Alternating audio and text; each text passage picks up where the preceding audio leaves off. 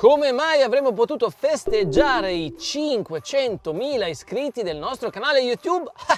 Con una drag race, naturalmente, e con tutte le generazioni di Fiat 500, una griglia di partenza davvero epica. Alla parte opposta del ring, almeno rispetto alla mia posizione, l'irripetibile Fiat Nuova 500, il cinquino in un esemplare del 1972 che dovrà sfruttare al massimo i suoi 18 cavalli. Alla sua sinistra una avversaria un pochino più aggressiva, perché si tratta della 500, scritto in lettere, Sporting, quella degli anni 90. Mentre alla mia destra una più nota, o meglio diffusa, Fiat 500 in un esemplare del 2015 col motore benzina 4 cilindri 1200, un vero pezzo di storia per Fiat.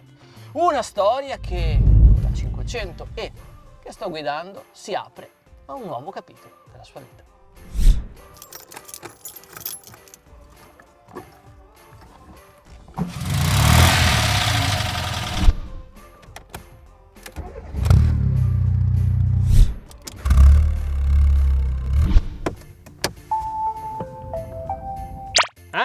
Tempi di accensione davvero diversi, e a proposito di tempi è venuto il momento di tirar giù i nostri.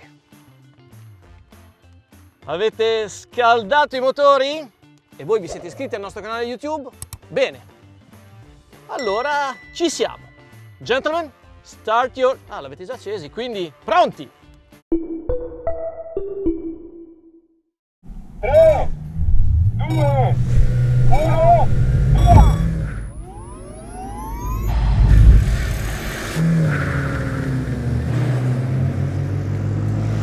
Un impressionante silenzio e un altrettanto impressionante distacco. Io sono già a 100. Non ti avrai.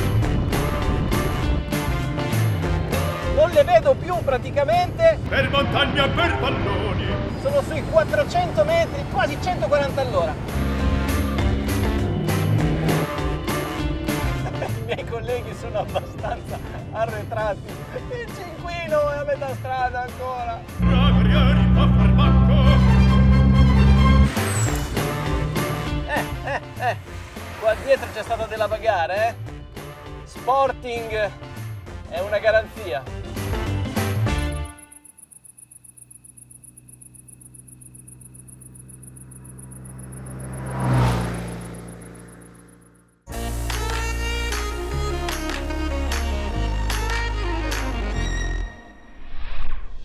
Come previsto, il distacco è stato colossale, ma un conto è fare i conti, un altro è vivere questo distanziamento. La 500e ha letteralmente fulminato le avversarie, con uno 0-100 coperto in 8,68 secondi, mentre c'è stata bagarre nelle retrovie tra i due 4 cilindri a benzina, quello della 500 1200 da 69 cavalli, che è arrivata a 100 all'ora in 15,13 secondi, contro i 17,51 secondi della Sporting spinta dal suo 1100 e 54 cavalli a disposizione. E il cinquino? Beh, la verità è che a 100 all'ora non ci è mai arrivato e mai ci arriverà, visto che la velocità massima dichiarata è di circa 95 km/h. Ma poco importa, perché in quanto ad eleganza per noi è arrivato oltre. Anche se per dovere di cronaca vi citeremo solo i 16,37 secondi necessari ad accarezzare i 50 km/h. Sui 400 metri poi lo scenario si ripete con poche variazioni sul tema.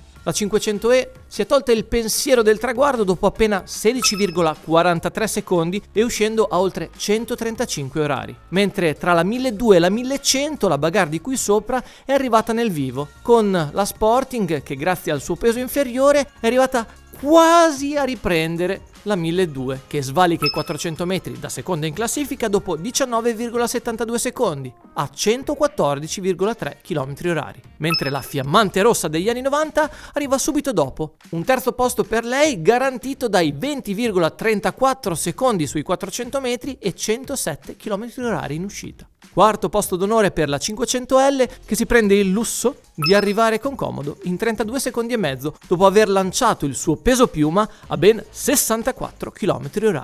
Abbondanti. Un similo che spinge forte.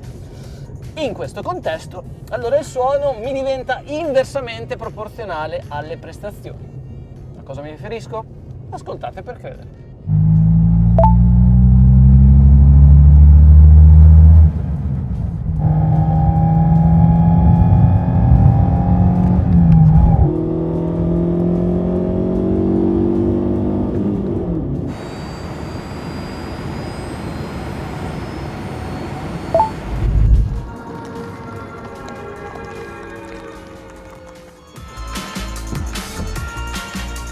generazione dopo l'altra, e penso che ognuno di noi si riconosca in almeno una di queste mitiche Fiat disposte qui in una variopinta Reunion 500, che vantano anche dei numeri impressionanti, e non mi riferisco solo alla loro scheda tecnica. 5.231.518.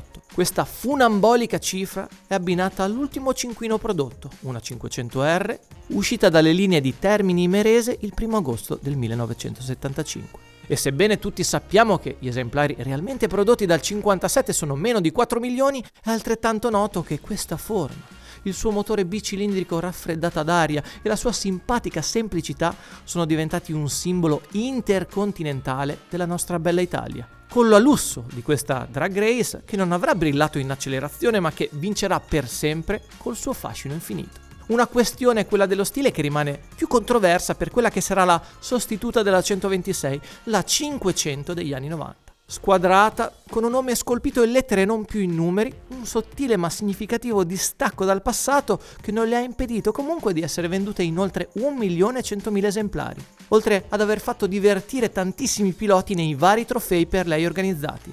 Il meritato successo prima di essere sostituita da un importante restyling che le fece cambiare anche nome, con quella 600, tanto cara a chi di supercar se ne intende davvero. C'è anche rossa? Dal 2007 poi tutto cambia nuovamente, tornando a quei magici numeri 500 e alle forme che da oltre 13 anni hanno contribuito a riesportare il mito della grandiosa city car italiana in tutto il mondo.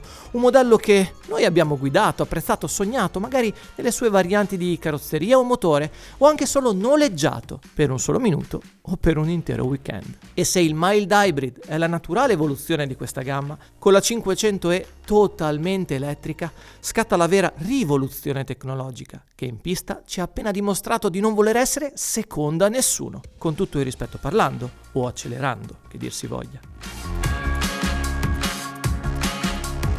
500, una cifra che ci rende orgogliosi, e qui grazie a Motor1.com e Inside Visitalia, che vi invito a seguire, abbiamo dimostrato come l'evoluzione anche delle prestazioni passi per un cambiamento che va ascoltato e non solo osservato.